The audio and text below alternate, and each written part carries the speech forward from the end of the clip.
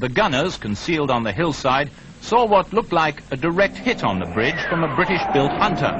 It flew over at 400 feet, dodging the ineffective fire of tribesmen more used to simple muskets than machine guns with a kick.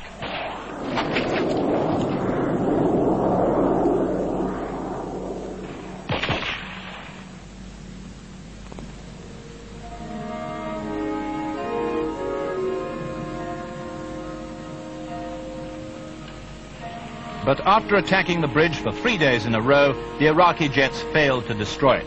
Hamilton's bridge, built 30 years ago, stood firm despite its battle scars, and the highway which it carries over the Rwanda's river remained open to the Kurdish troops. The Hunter you've just seen apparently got away unscathed, but the Kurds do claim to have brought down planes with small arms fire. Any marksman skillful enough to do so gets a £20 bounty and a new gun. As evidence of one hit, the Kurds brought forward this auxiliary fuel tank, but the pilot could have ditched it to gain speed for a getaway. At first they thought it was some strange sort of bomb. A check on its serial number showed it was part of a British Hunter jet supplied to Iraq less than 3 years ago.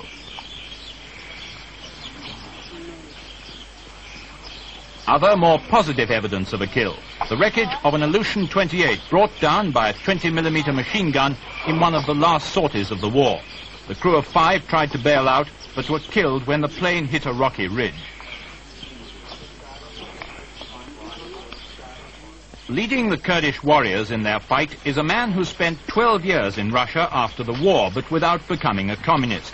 He's General Mullah Mustafa Bazani, who's 63, father of 8 sons. Until the peace talks, there was a price on his head of £300,000.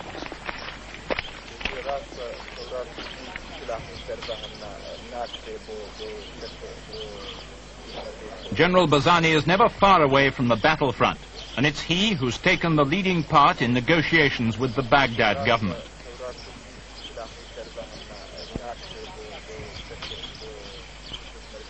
In an interview, he talked about the war. 100,000 Peshmergas could continue the struggle if only we had enough arms. No Iraqi government can last if the struggle continues. We will accept aid from anyone.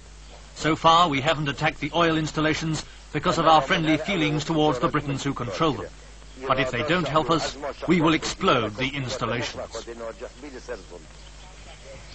Recruiting posters put the Iraqi government case that the Kurds are a minority group committing treason against a legally constituted government.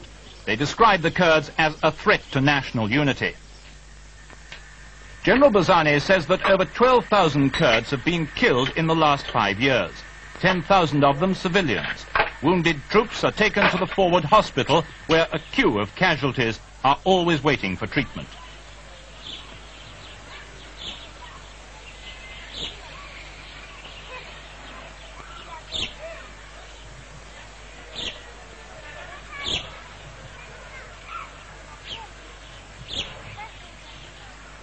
In the cramped surgery, Dr. Abdul Hamkit deals single-handed with casualties, working mostly at night and snatching rest when he can in the day.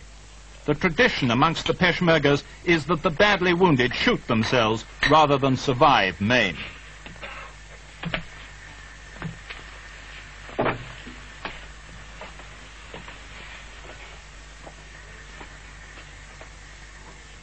Drugs and medical supplies are scarce, and most arrive through the Red Cross or communist sources, since the Baghdad government cut the roads north.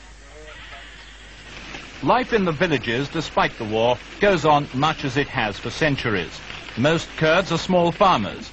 Their only contact with the 20th century, the hostile jets for which a watch is kept around the clock.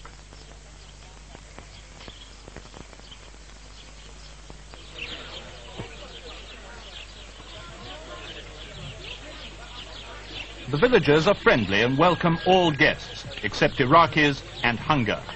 Since the war began, farming has been disrupted and crops ruined by napalm bombs.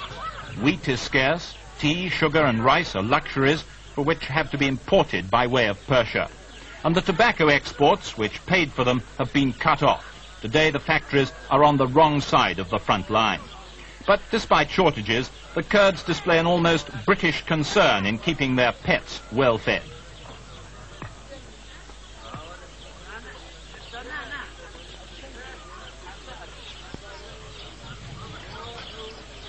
Outside each village, a close watch is kept for the approach of troops or planes. The Kurds claim that over 270 Kurdish villages have suffered air attacks. The lookout on the rocky pinnacle has overtones of Kipling and the northwest frontier, but the Kurds are not, in fact, without modern aids to warfare. In a valley well hidden from patrolling planes lies the underground nerve center of the Kurdish High Command and a radio link with the battle areas.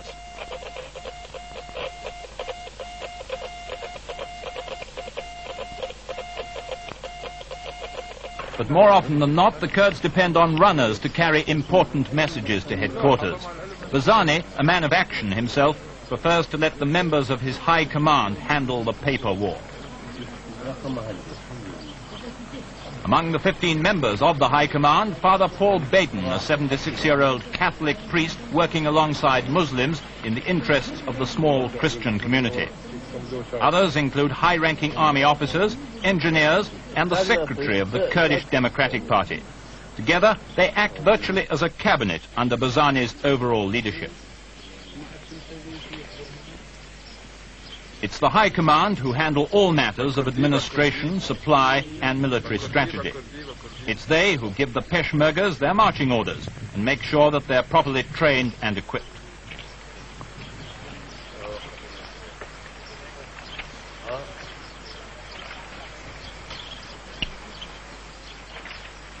At the High Command's camp, about 40 Iraqi prisoners of war have been put to work. The Kurds claim to have taken about 800 prisoners in all, but many of them are sent back to the Iraqis, minus their arms and ammunition, because the Kurds can't afford the guards or the food to keep them. Those who do stay are allowed to broadcast messages to their families on Radio Free Kurdistan. 3 prisoners were asked if they'd been able to inform their families where they were. The first man said that he hadn't been able to contact them. The second said the same. The third, a Kurd who went over to the Iraqi side, said his family knew where he was. He bitterly regretted his treachery and would never repeat the mistake. He wanted to stay with the Kurds.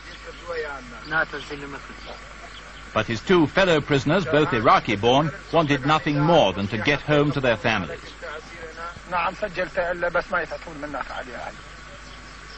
They were afraid that their families were very unlikely to have heard the broadcasts that they were allowed to make and would assume that they'd been killed in the fighting. One of the more hazardous jobs in the war effort is done by the Kurdish Ordnance Corps. They collect unexploded shells left over from Iraqi attacks and saw them up. The TNT inside is poured out to be used again against the Iraqis.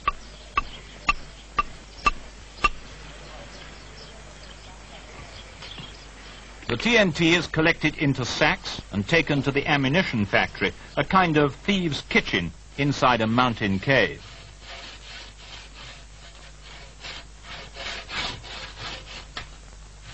Inside, welding equipment fashions grenades and mines out of any material that comes to hand. Grenades may be made out of sawn-off lengths of metal piping and a mine sealed by a pottery saucer. They're painted green, a lucky color, and a jubilant poster shows how they get the Iraqis on the run.